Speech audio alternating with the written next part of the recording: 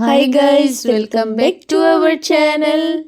আমাৰ অন্য এটা মিনি ব্লগলৈ আপোনালোকক স্বাগতম জনাইছোঁ। আজি আছিল সৰস্বতী পূজা।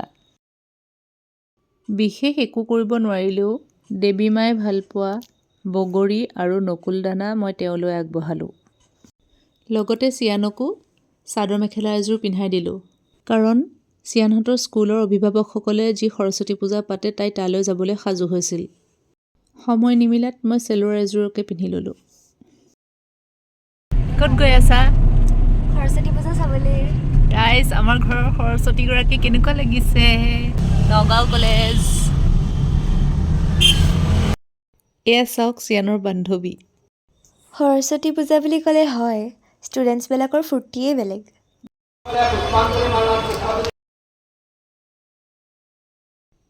ময়ো গ'লোঁ মই সৰুতে পঢ়া হাইস্কুলখনলৈ, মানে নগাঁও গভৰ্ণমেণ্ট গাৰ্লছলৈ। আমাক পঢ়োৱা টিচাৰ্ছসকলক লগ পায়ো মনটো বহুত ভাল লাগিল। সুৰঞ্জিতাকো লগ পালোঁ, মানে সুৰঞ্জিতা আমাৰ লগতেই গৈছিল, কিন্তু আহোঁতে তাইক নগাঁও ছোৱালী মহাবিদ্যালয়তে নমাই থৈ আহিলোঁ।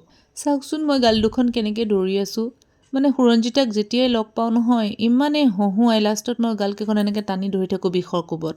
Bye bye guys.